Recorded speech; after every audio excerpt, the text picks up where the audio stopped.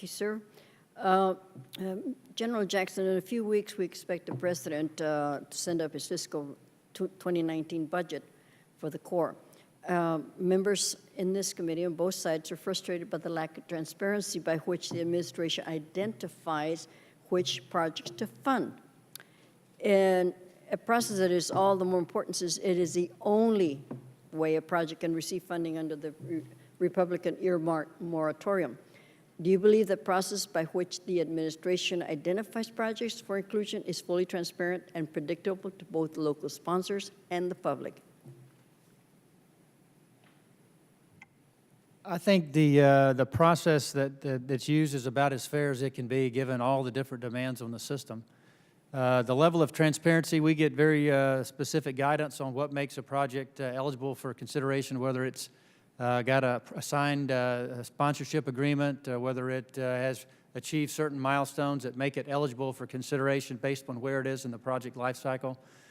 We try as best we can in the Corps to communicate that with sponsors so they know what the parameters are that make a project eligible for consideration. But at the end of the day, the administration has to make tough choices based upon all the different demands that they have. And until such time that the budget is released, we don't, even in the Corps of Engineers, don't know what that's going to be. Although we've provided significant amounts of input into it, we get a budget back that the administration feels represents the priorities of the administration and the president, and has taken all of our input into consideration in making those tough choices. And so then we work with sponsors after the fact to help them understand what the significance is of what's happened. What does that mean for their project in terms of did they get enough funding, not enough funding, or no funding at all, and what is our strategy? We have to continually redevelop the funding strategies with our sponsors based upon all the different competing demands that go into that budgeting process. That's about the only thing we can do to be more transparent, is just continue to communicate more effectively with sponsors and help them understand, based upon benefit cost ratio and all the things that historically have been considered to make projects budgetable, where they sort of stand and what the likelihood of funding will be into the future. Thank you. Yet yesterday, the Chief of Engineers, your boss, testified on the process in Senate and noted that the way to get a project to the top was for the local sponsors to pay more than their statutory cost share. This is very troubling to us, or at least to me, because the less affluent communities may be unable to pay for them, yet they have great needs. Even more troubling is since the administration again holds all the cards on the winners and losers in the budget process, under the current system, OMB can refuse to help a community that can only afford normal statutory cost share because it's simply not enough. If the administration position is that communities pay for more, can jump to the front of the line, how are the less affluent or poor communities be able to compete? I think, you raise a great question, and I know the question that you referred to that General Simonite was asked in the hearing yesterday. I think it kind of goes back to the testimony, or to my opening statement, and that is the math problem is we don't have enough of federal appropriations. So how do we incentivize and encourage other folks to come forward, whether that's the state, locals, whether it's private investment?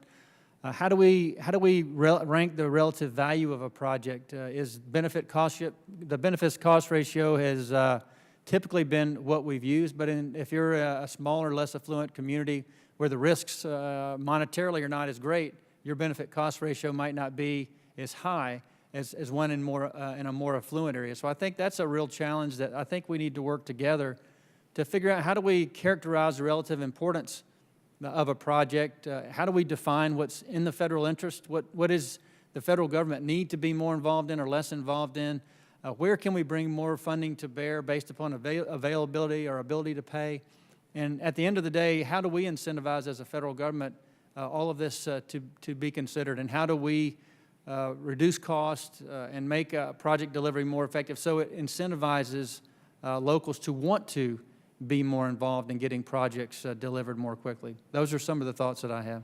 Have you started developing any guidelines? We've been doing a lot of discussions, Congresswoman, about how we might be able to do that. The administration has reached out to us and asked us for some of our technical input into some things. Would you share that with us? We will at the right, when we're able to, we'll definitely share that with you. Yes, ma'am. Thank you. The administration position is that water resources needs of the wealthy communities are more important in smaller communities and rural communities. That could be a problem, and that's something that we need to be sure it gets into the equation. Congresswoman, that's a discussion that we've had a lot within the administration, also with Congress. We recognize that there's got to be a fair way of evaluating these projects and making sure that the right funding is brought to bear to deliver. We recognize that the risk to smaller, less affluent communities is just as important as the risk to more affluent communities, and we've just got to figure out the right way to be able to assess that and get those projects delivered for all folks who are at risk. Well, I represent several communities with small commercial harbors that are frequently overlooked for maintenance dredging dollars as the reason why the administration chooses not to fund the dredging needs of those communities, despite the fact that $10 billion in harbor maintenance funds currently sit in a trust fund.